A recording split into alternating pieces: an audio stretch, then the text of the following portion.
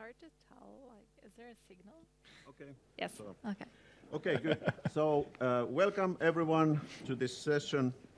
Ahead of us on open innovation, open source, and intellectual property. Now, we all know that it is difficult to talk about innovation, especially in company or business environment without IPRs. So IPRs have been with us for a very long time, and in fact, it's one of the earliest fields of law that were harmonized already back in the 19th century. So basically, we have a long tradition of believing in IP and believing in the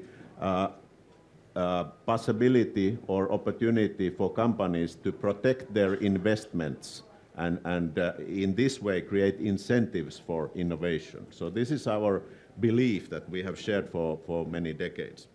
Now, the recent years, we have faced challenges to this way of thinking. I think one of the starters was open source, the Linux philosophy and Linux mode of operation where sharing became the norm and openness of the code became the norm. We have also had discussions in the last decade about open data, how data must be open. And of course, we have the scientific tradition about free flow of information, flow of scientific information, and the values of these elements to the society. So this is what we are trying to talk about. I have picked 3 areas of tension here, which I explain later, but first I have to say you about this technology that we have. We have a polling device. It does not allow you to propose questions, but there will be a couple of test questions where we check a little bit how the audience is reacting to things. So if we start by warming up, let's take the first test question, and it goes as follows. Who has ever protected assets with IPRs, that is patent, trademark, copyright, or design rights? Do we have the results somewhere? Hands up.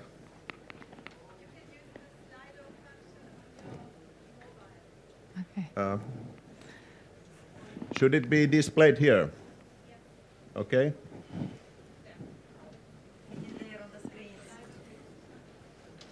On the screen. Okay. Yeah. Okay. Okay. So now I will read the questions again. Who has ever, number 1, protected assets with IPRs? Number 2, engaged in open innovation? And number 3, done both?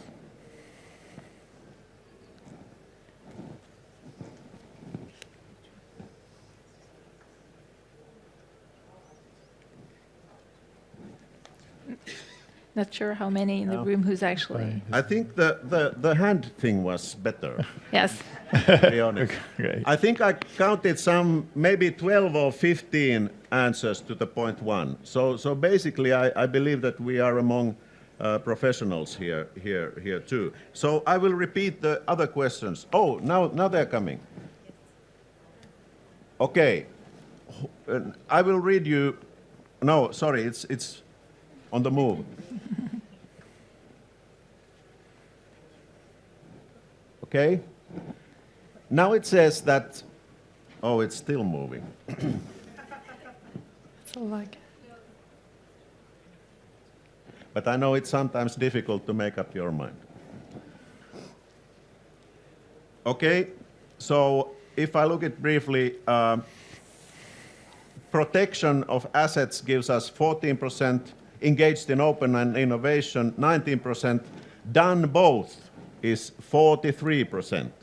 So basically, I think that we are now dealing with issues that are very relevant to the audience. So now we will go to the, let's say, to the hot topic, the actual policy question. And I will read it as follows. Does formal IP protection support or hamper open innovation? Number 1, rather enables open innovation. Number 2, rather hampers open innovation. And number 3, no opinion.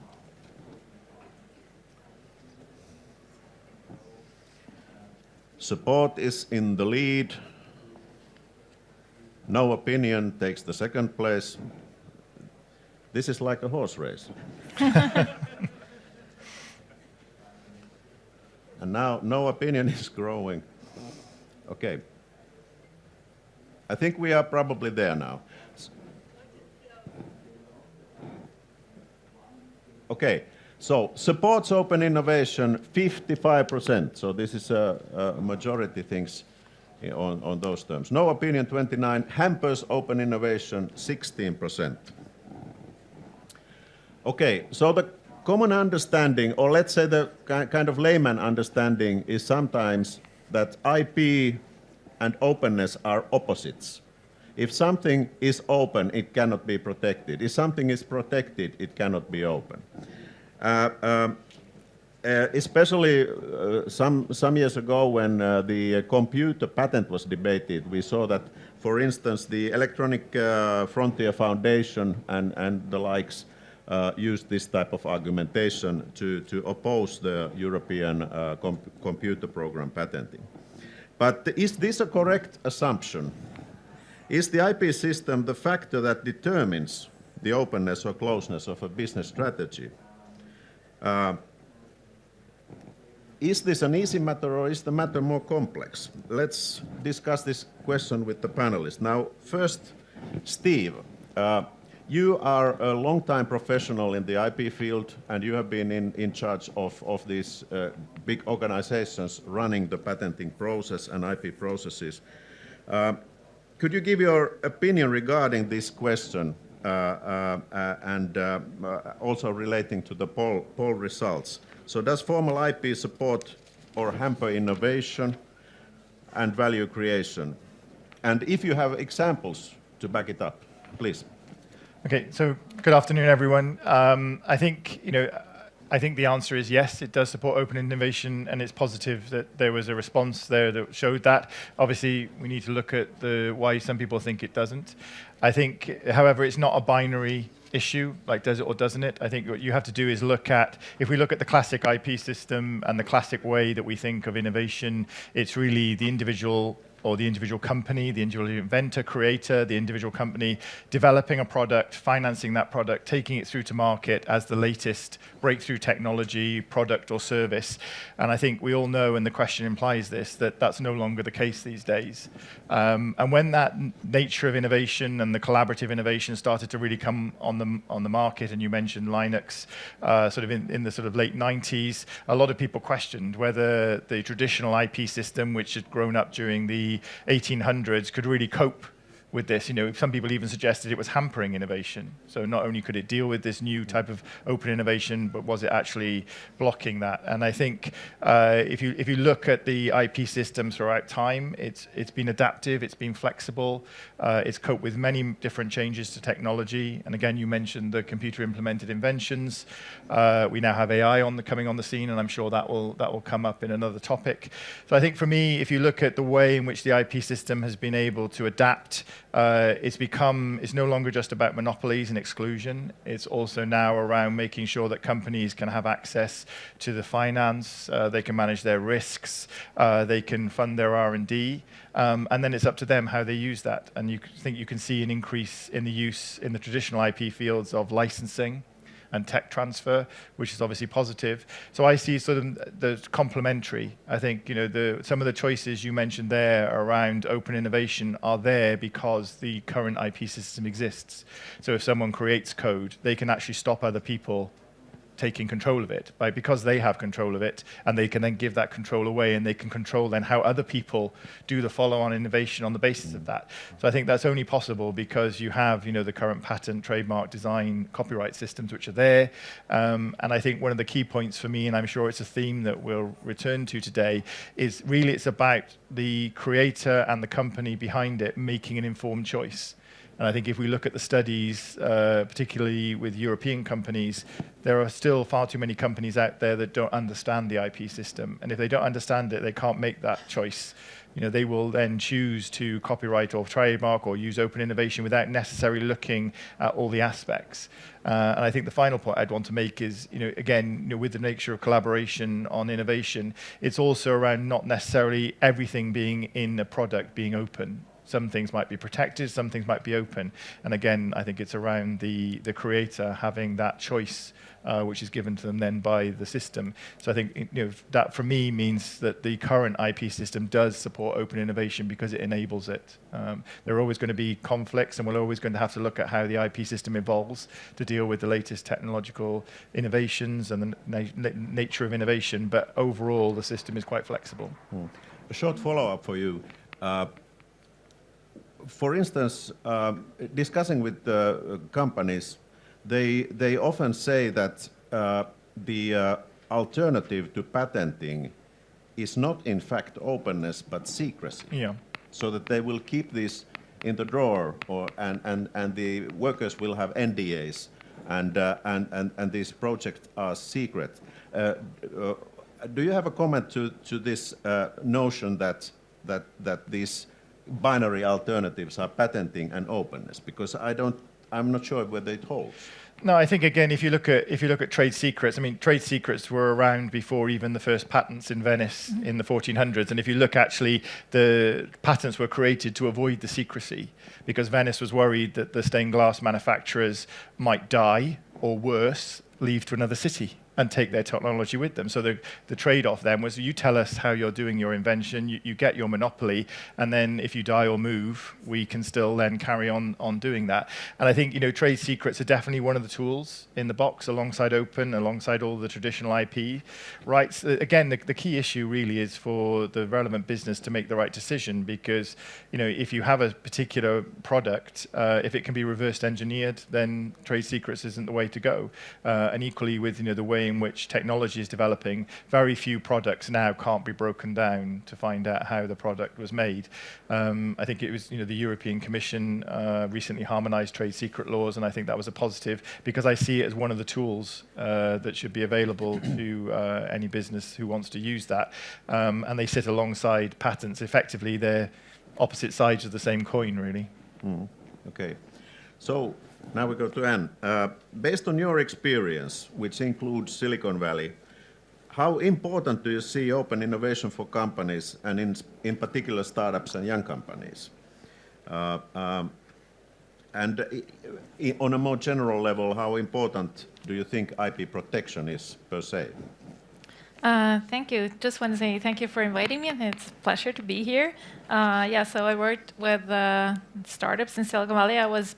Prior to that, I was head of new tech and also IP in one of the leading renewable energy companies in Europe. So I have there's different views on this, because first of all, I think for startups it's really about money. Just not patenting. It's also a major difference if you're in health or really like science-based technologies, or more typical digital startups. It tend to be within health sector the protection is more to protect the inventor, while we see in tech the protection is usually to protect the manufacturer of technology. So there's a gap there, and in that gap, that's where the patent trolls exist. So not patenting is definitely a way to go to save money. It's also, and trade secrets is also actually something we did in the large corporate company I worked with. We did both patents, we had a very well thought through strategy, and when we chose trade secret, it was based on we didn't really know if and when the technology would come to market. So there was no immediate risk for reverse engineering, and in fact, it never came to the market. So it was the right decision after all, because patents are super costly. So you have to be sure to be able to monetize it, and that it's not just like an ego boost for your chief scientist or something. Because my first investment had 60 patents, and not all of them were important, so to speak. So some companies have said to me that if they invent something really spectacular, then they like to put it in the open because they will stop the bigger competitors from patenting. Have you run into this type of strategy? Yeah, it depends. If you're a tiny startup, for example, in US, we've also seen the opposite. Like it's really, really hard to protect, even if you have the legal ground to do it. The way they come after you is just making it so painful and annoying that you just like, and expensive. So you have to go to your investors and ask for more funding to actually pay your lawyers.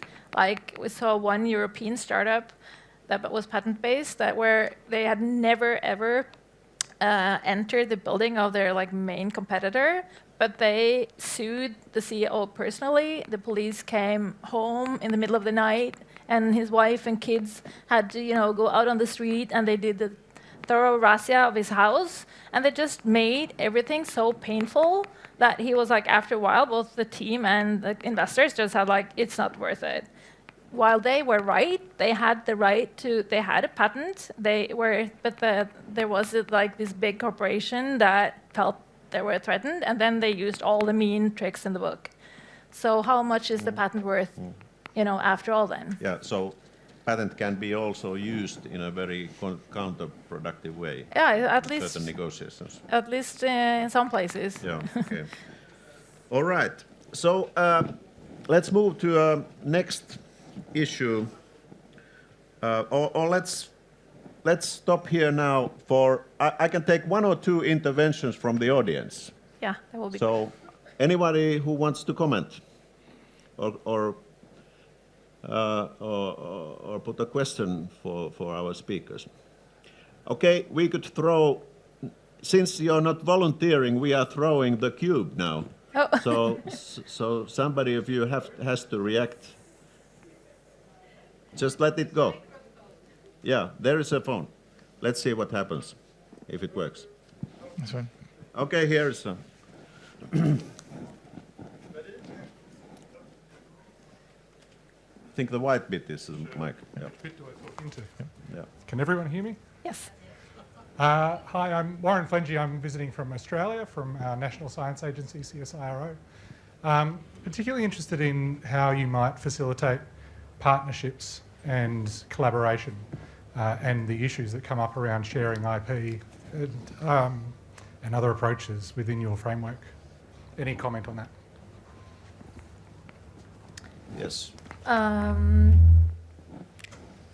think that's actually a super important topic, because what we see more and more are like businesses tend to be more open, and the value creation is happening between companies. So this has to be regulated, but that's also where kind of your job is important, like how to regulate this, because that's always complicated. It's like a matter of negotiations, of course.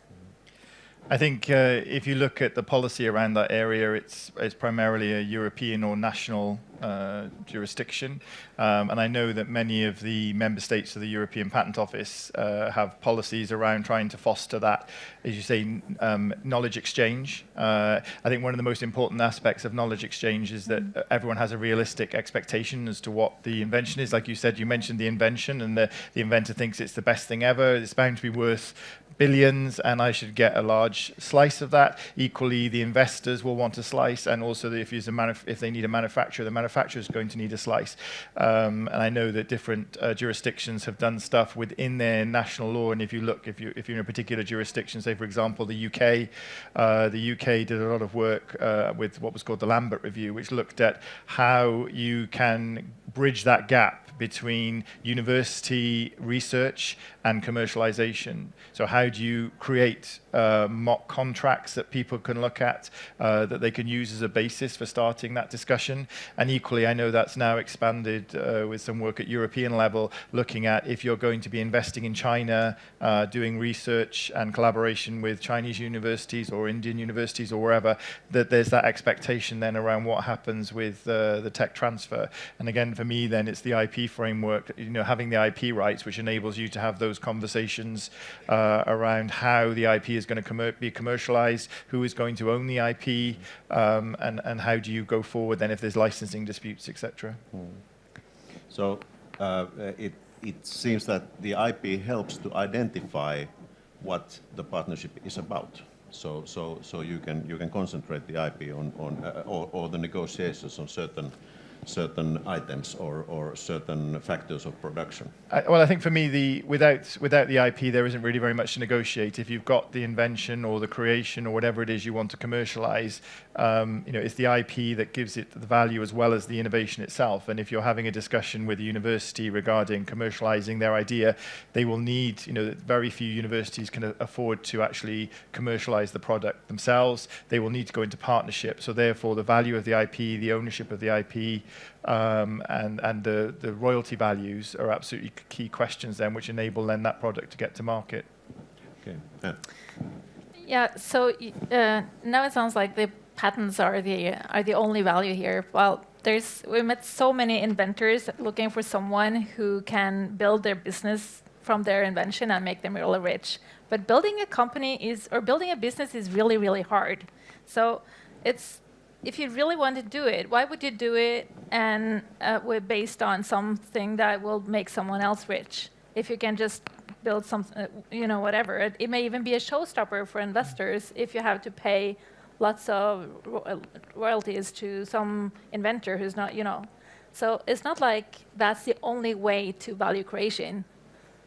No, I agree. I think it's just one of the issues that that happens is people have great ideas, but it's very hard for them to commercialize. So how do they get the investment? How do they get that idea off the ground? They can have the best idea in the world, but if they're on their own, it's very hard. And how do you balance then? Because the investor will want some return. The company who's going to produce will want some return. Obviously, the creator wants some return as well. And I think one of the issues it's about is making sure everyone's aware of that.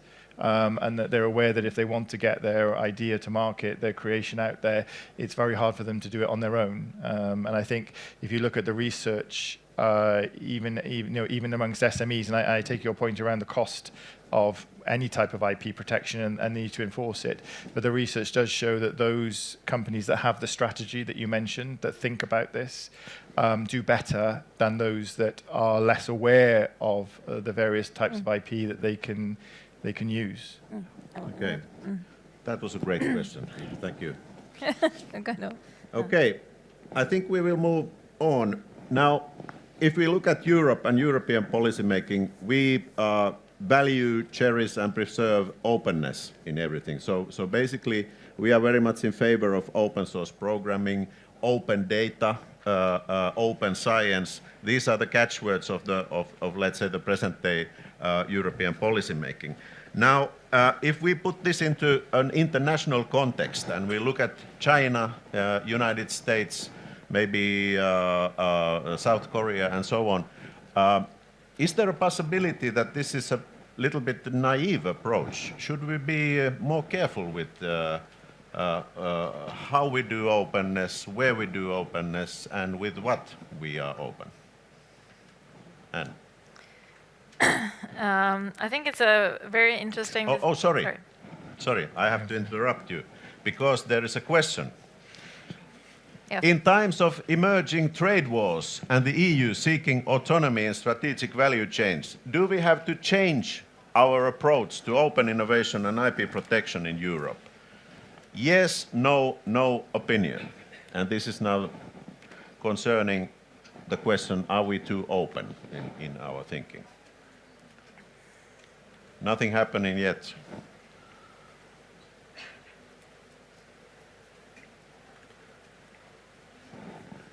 Are you voting? Yeah, 24, I think, 25. Okay, now we're going, yes. No is in the lead, but yes is catching up. Almost, they are neck and neck.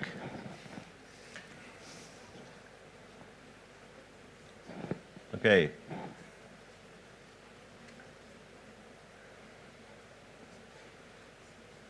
Are we done? Okay, now it looks that should we change our approach. No gets 50%, yes gets 41%, no opinion 9%. So now, panelists, please. So first of all, what is our approach and how is it different from the rest of the world? Because I mean, there's a balance here. If we want to, I really like the Europe first. I'm a huge fan of Europe. I'm the jury member of the SME Horizon 2020, so I see so many amazing innovations from Europe. But I'm not sure if we should change how we work in this field. Because I think if we want access to Harvard research, we have to give them access to Oxford research. I mean, this is a field where we sometimes are David and sometimes are Goliath. And it has to be a balance. Like, if we want something, we have to give something. Yeah. Also, I think it's important to ask, like, what's the worst thing that can happen? That we invent something and China or US exploit it? Well, I think in the end of the day, we have to be better to build global companies, since so much of the value creation is actually in building companies and not in the patent alone. We can't just sit like with a library of patents that someone else can exploit. We have to be able to exploit it ourselves. So I think we're doing a lot of things right here in Europe, not only in this respect, but also in the whole building ecosystem of commercialization, strengthening the commercialization from the patents. Okay, so just to follow up. Yeah. You don't seem like a supporter of Europe first thinking, that we should protect everything here. I don't really see how that could work. What I really like the idea of exploring it, but more maybe because we have a great philosophy in Europe in terms of this. I strongly believe in the kind of the European way of doing business, so I think it's absolutely worth exploring, but not closing Europe, not shutting down like the openness between, especially like U.S. or China. I mean, China is leading the way in AI, and you know, for lots of research areas, I think we work well together. And yes, there are companies who are known to be, you know, wanting to hack European companies, and there are, but most players, that's not like the norm. It's not like every Chinese as like a bad guys. Most of the companies European companies work with are actually, you know, yeah. So you should, well, my conclusion from this is that you should know your game.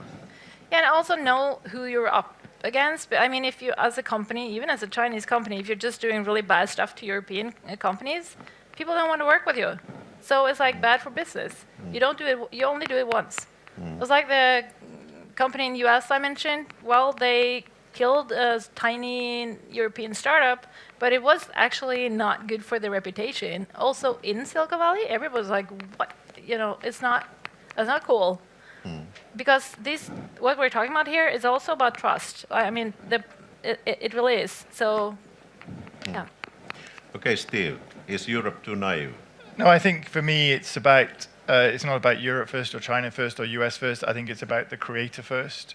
So it goes a little bit to the point you made that we need to be better at using the innovations we've got and then commercializing them and growing the companies. I mean, if you look at China now, I mean, China had 1.2 million patent applications from their own nationals. They had 7 million trademark applications. They are an IP-producing country now, and like Anna said, you know, they're making real strides in AI. So if we want to be the very best we can be with AI, we need to work with them as well. I think it's about making sure that we have the right framework in Europe so that creators are valued. That requires us to look at how the public perceives IP. There's generally quite a negative perception of IP. How do we change that? How do we make sure that all of the companies in Europe know about their IP and they're protecting it not only in the market, which may well just be a home market. If they're producing outside Europe, then they need to think about the protection in that market as well. And the experience with countries around the world, using China as an example, is that if you have the IP in China, the Chinese authorities will enforce it. So I think this is where there's been huge strides in China with regard to not only improving their IP framework, but also making sure their businesses understand the importance of IP, and they clearly do. As I said, they're filing loads of patents. They're filing patents in Europe as well to protect their innovation here. And I think that's where we need to get smarter. We need to get our businesses understanding more about their IP, making that strategic choice about where they're going to protect it, and then growing the business here. And also, if I can just follow up, also just do research. If there are companies who are really doing wrong stuff, just somehow let it be known in the same way that you wouldn't work with a company that was supporting terrorism or stuff like that, like breaking patent laws or hacking protected code is bad as well. So one of my companies are doing lots of business in China. Is one company they don't work with, they work with everyone else, and they've just done thorough research.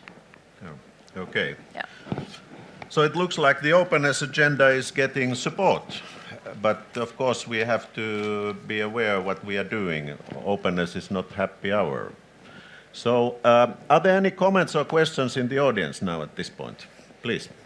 I think you will get the mic.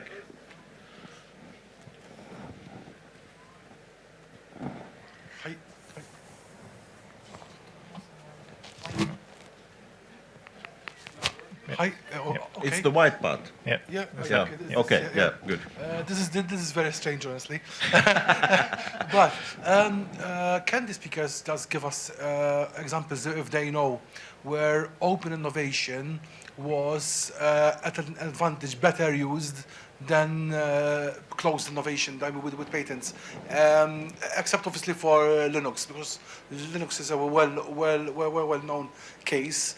But if they can have experience where they can say in this area there was open innovation was much better than closed innovation, both for the companies and for society. Yes. Okay. Thank you. Maybe you will I can start. Yeah, so I guess you're also familiar with the MySQL case from Finland. Morten Mikos, at least, is a friend. Another example from Norway is ForgeRock. It was also a company that was spun out from the same when Oracle acquired Sun. Then it was 5 guys from Sun who just said, no way, we're joining Oracle. And they were at this bar in London called The Forge, and they were all rock musicians, so they formed the company ForgeRock. It's a digital identity company based out of San Francisco, going extremely well. Everything is open source. And they are open source, extremist in a way. It's impossible to say how it would have developed if it was not open source. But at least it's a recent example from on a very successful startup. It's now I think it's they have $500 million or something in revenue, but it's kind of from the same roots, from the kind of Linux-inspired, group of people. But then the business case is a little bit different. It's not the item that you sell, the computer programming. It's part of the business case. Yes. You sell something else. It's software, and it's all the users are almost invited to develop further and tailor-made for their needs. So it's constantly. The platform is the business there. Excuse me? The platform is the business there. Yes, so to speak, and then it's from all the iterations and all the feedback, the technology and the product gets improved. Which is a part of growing the business, and it's a community around ForgeRock with strong fans as well. That's at least one company I know very well. Okay, Steve, please. I mean, I don't have any specific examples. I think the examples that I have are more from the area where there's that combination of openness plus also some protection. So if you look at all the areas around telecoms, around video encoding, around the internet, a lot of that is partly based on collaboration and openness, and partly based on proprietary IP. And I think that's an area where where you have the standards, where you get that partly openness, partly people sharing the IP, agreeing on a standard, and then everyone having access to that particular standard, versus a more proprietary way of doing it, which would be to stop everyone else having access and being the only provider of 4G with a particular technology in a particular area, and then not allowing others to use that technology. So I think that's the area where I think if you look at all of those areas where particularly where there are standards, where people have tried to harmonize on a particular common set of rules and regulations. Maybe the standard essential patents is an area where there are rules for licensing, which are not based only on commercial basis, but are not really regulated, but agreed on the parties. Okay, good question. Any other?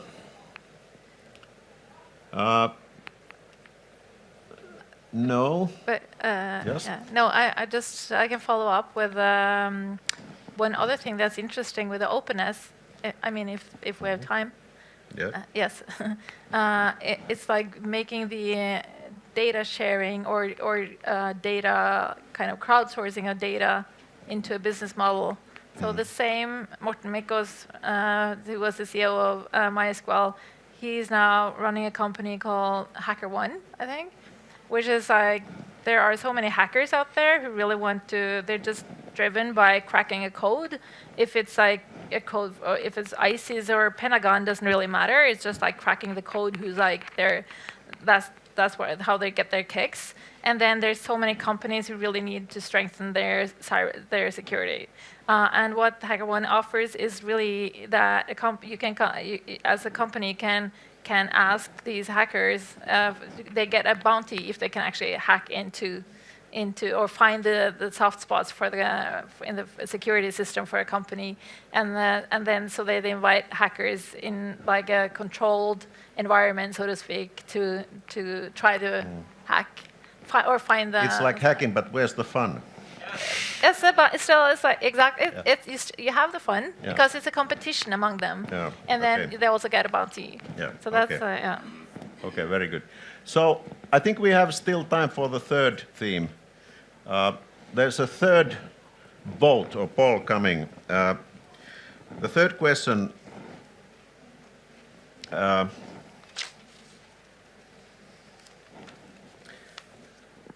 Shall we invest more in open source to boost innovation?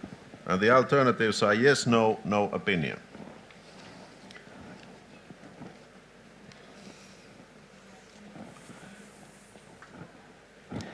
We don't see the horses yet, but.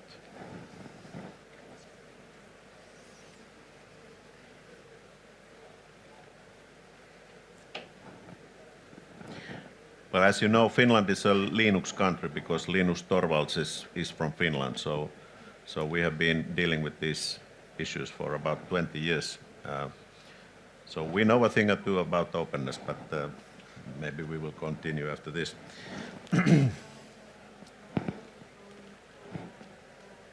Are you voting?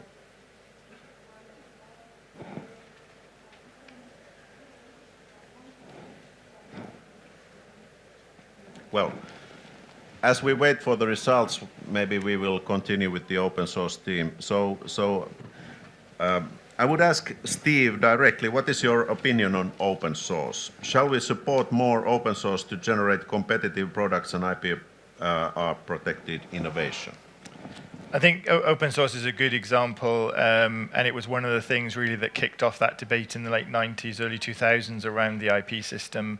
And I think for me, it goes back to what I said in the very first answer, which is open source is possible because of the IP system, because not only can the person control what happens, so they can say this is free for everyone to use, but they can also stop other people then commercializing it, because if you make the code open and then someone develops it then there's nothing to stop them trying to commercialize it, claim copyright over their bits, and the whole part around the sort of Creative Commons licensing, which emerged around that time, I think is a very powerful tool then for people who want to develop open products, use different ways of financing, to be able to do that and to be able to say, well, this is free for non-commercial use. If you want to use it commercially, come and talk to me, or if you want to say it's completely free for everyone, then that's also fine. So I think it's, I don't think, again, it's not an either or. I see them as complementary, and I think if people choose a different model, then that's fine, and then people can build on it. And there are many examples where open source is being used in the public sector and the private sector very successfully to develop IP products. So again, it goes back to that thing about having the flexibility to do that, having the flexibility then to enforce that. If somebody then tries to actually commercialize something that you said is free, you can then actually use the IP provisions to stop them doing that, and the legal provisions of the license.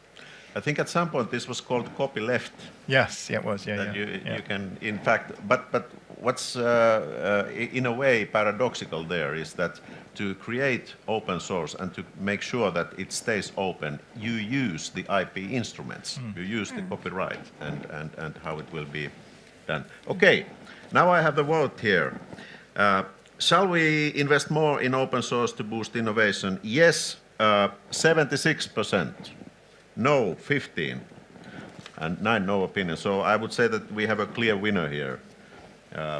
This was probably the clearest innovation or the poll result so far. But Anne, this is a classic question. How to make money with open? If something is open source, how do you make money with it? Because you're not requesting money for selling anything. So again, I mean, it's hard to invent stuff, but it's really hard to build a business as well. So even if it's almost like you have there's a seed, and then there's a gardener who gives you a seed, and then there's a farmer who actually make that valuable. And if you don't use it, it's not valuable. So it's really you build a business because you are good at marketing and distributing and selling and getting the product out there to people, brilliant at customer service and all of that. So that's how you do it. So for example, ForgeRock, the example I just mentioned, they had a strong knowledge from Sun Microsystems that were kind of outside the Oracle core space. So they started like a business around that. They just decided to be the best in the world. They recruited lots of people fast who were super knowledgeable about that area. And when they had customer service, they didn't just channel the customer service to some faraway country. It was always some of the senior engineers. One day a week, it was always a senior engineer who responded to questions and really understood the customer and what they needed. And that's how you make money out of something that's open source, because it's not everybody can do that. Even if they can do it in theory, in praxis, it's super hard to build a company. So it's just because you're a better company builder. So it's an element of production, the open source, but the business is something else. What do you mean with production? I mean, you do something with the help of open source programming, but in fact, the business case where you make your money, it's not selling the open source; it's selling something else. There's another value proposition somewhere in the chain. Exactly. Yeah. Okay. And that can be, developed over time, and there's new products that are based on open source, but the products are still super valuable and not. In theory, they are easy to copy. And that's also, we've seen that being done lots of time, that people copy digital products that are not protected in any way. But it doesn't really matter, because it's super hard to try to be the next or very similar to some. You have to be better in business as well. Yeah. Okay. Do you want to complement?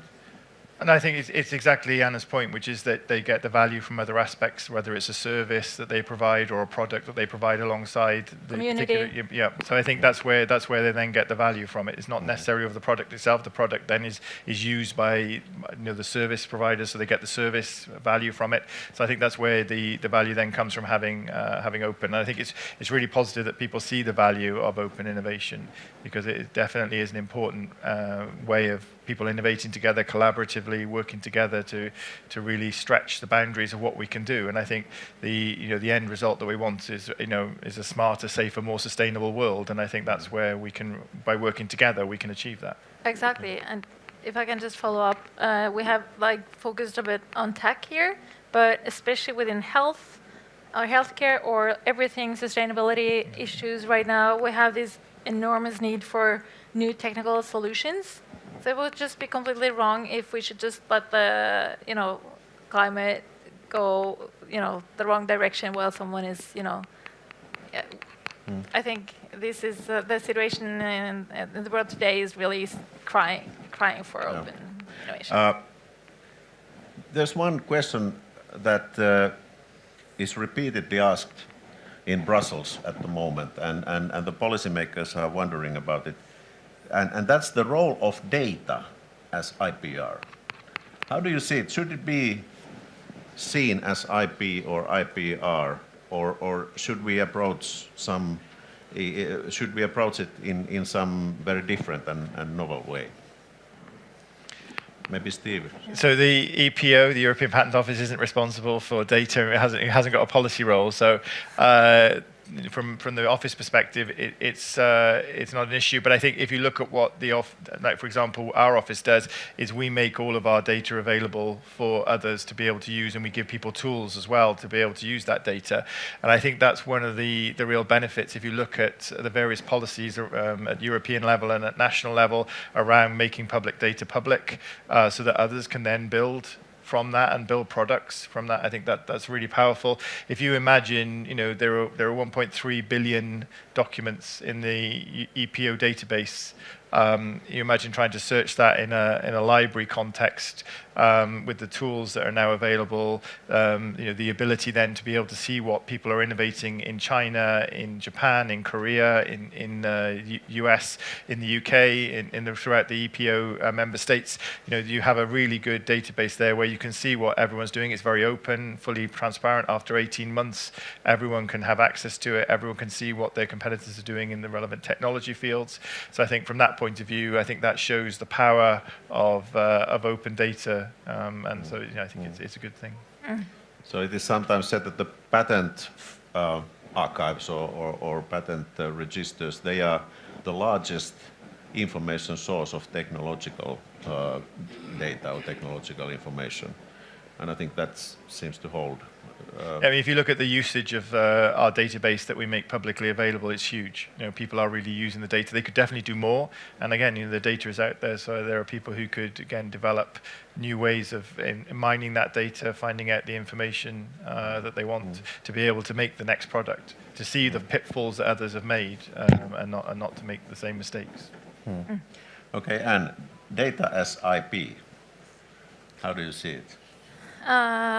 No, I think especially in today where you need so much data to build, if you're working with AI, you need lots of data. So that's actually one of the areas where it's complicated. It's an efficient barrier for startups to develop AI solutions, because the large corporations, especially like Google and Facebook, have so much data and kind of have this advantage because they have access to all this data.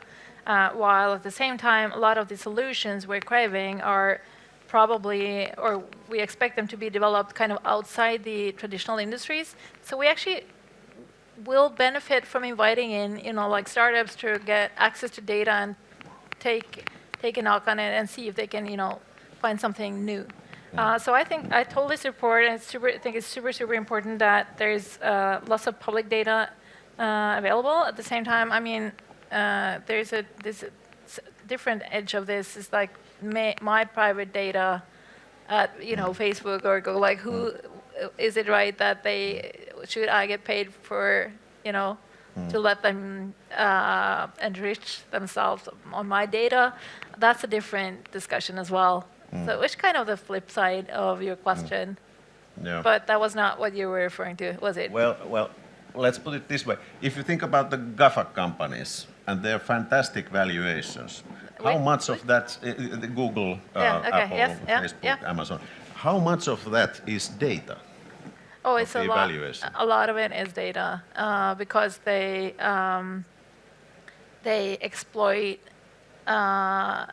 all the information they have about all of us, our travel patterns. Like I was, for example, one of my favorite products is actually Waze, which is like crowdsourcing of traffic information. So you can always see where there are other Wazers, and you can see what's the fastest route from A to B. It's owned by Google Maps. They acquired the company, so now it's a part of Google. So it's like they know everything about us, and that, of course, is a huge part of their success. But then again, there is also the ability to build a company. I mean, the data alone doesn't do the trick. It's also it's a lot more. And product development. I mean, they have really, yeah. No, but Okay. you're right. Yeah. It is data that they control. Yeah. Yes. So but data is not something you can put on your balance sheet. It's in the stock evaluations where you can see it. True. In fact, okay. So we are far from making data as IP to IPR. That's a different matter. So that it would become some type of right as copyright or patent. So you don't. No, prescribe to that. I'm thinking like for not public, for a private company that's not listed, the value of their data, if they have like proprietary data, will be reflected and also the algorithm or whatever, the ability to use it and commercialize and monetize on that data, that will hopefully be reflected in the valuation of the company. Yeah. That's kind of how it works Yeah. right now. Okay. Do we still have time for a question from the audience? So concerning open source, use of open source, and even open data, are there questions or opinions?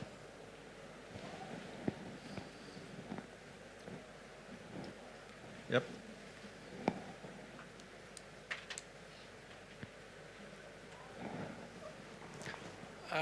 I would like to ask, is there the legal framework that is today with normal patents, trademarks, etc., IPR?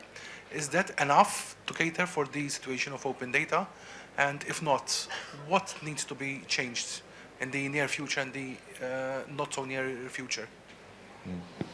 Okay. If I understood you, you are asking, should we change the IPR legal system to take account of data also? Yeah. Okay. Not only that. No? What actually I'm asking? Sorry if I was not so clear. I probably didn't hear you. The legal framework that we have today, is it enough to cater for the situation of open data? So if we can live with the IPR system and the open data together side by side, do we need to change anything in the legal system to make it easy for open data or open innovation? Okay. I think, I go back to the first point, which I think the IP system is inherently flexible. Again, the EPO is not responsible for data regulations, but there's obviously the database directive within the EU. Other jurisdictions use copyright, and equally within that, where jurisdictions then say, well, taking into account your point about private personal data, but if there is public data that is available on a database, such as, say, for example, the patents database, which is published information, fully public, then it's obviously up to the owners of that, whether they make it free under either the database directive, if it's protected by that, or the copyright provisions. So I think the current system is flexible enough. There is protection there for data if you want to protect the data. Equally, if you want to make it public for everyone to use. And then as you say, then that the value actually comes from what you do with the data, not necessarily owning a load of data doesn't really give you much value. It's how you use it, how you extract the information from it, how you use it to develop new apps and new products and services. I think that's where the value comes in as well. But so I would say currently the current legal framework is flexible enough to be able to provide for people to make that decision. And obviously, several jurisdictions have decided that the data should be made available so that others can develop it. And equally on the research side, again, if a public body is investing in research, it's for them to decide then, well, do we make this available royalty free so that everyone can see it, or on a subscription service, etc. I think the existing framework provides for that. Okay. So I think we are closing our panel, and it's time to thank the speakers for very insightful remarks. I probably won't draw any deep conclusions, but it looks like the IP system is something that the companies and entrepreneurs should know about. They should know what are the tools, what are available, what are the possibilities to take into account when creating the company strategy, and then use this creativity. And these tools can be used for openness, and they can be used for protection. But it doesn't mean that the tool decides whether it's open or closed. It is the company strategy that decides it. Does it sound right? Yeah, maybe I also would like to add, I think you guys have a really important role in Europe, like thinking this through, and maybe we continuously need to challenge, like what do we need to work on? Maybe, especially like in terms of data openness and when you close and no open, and how do we work? I was also thinking if there are countries that are not willing to allow Europeans to have access to their data somehow, I don't know if that even exists, but then we have something to talk and discuss probably.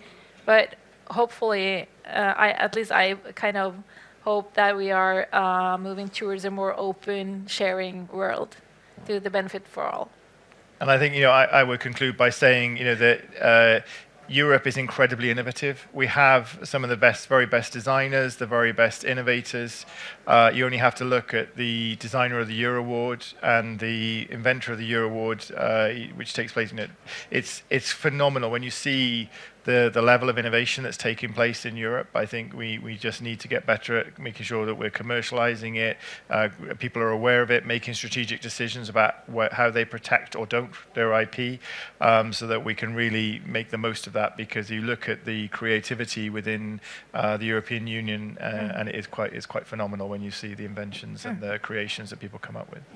Okay, thank you. So I thank the audience. There is now an information piece that is given to us. So we kindly ask all participants who do not have another appointment on the first floor, which is this floor, to relocate to the ground floor directly. So you are asked to go to the down floor unless you have a meeting here, because this is restricted the first floor. So this is the message we got from the organizers. But otherwise, thank you for active participation, and have a really nice research and innovation days. Thank you.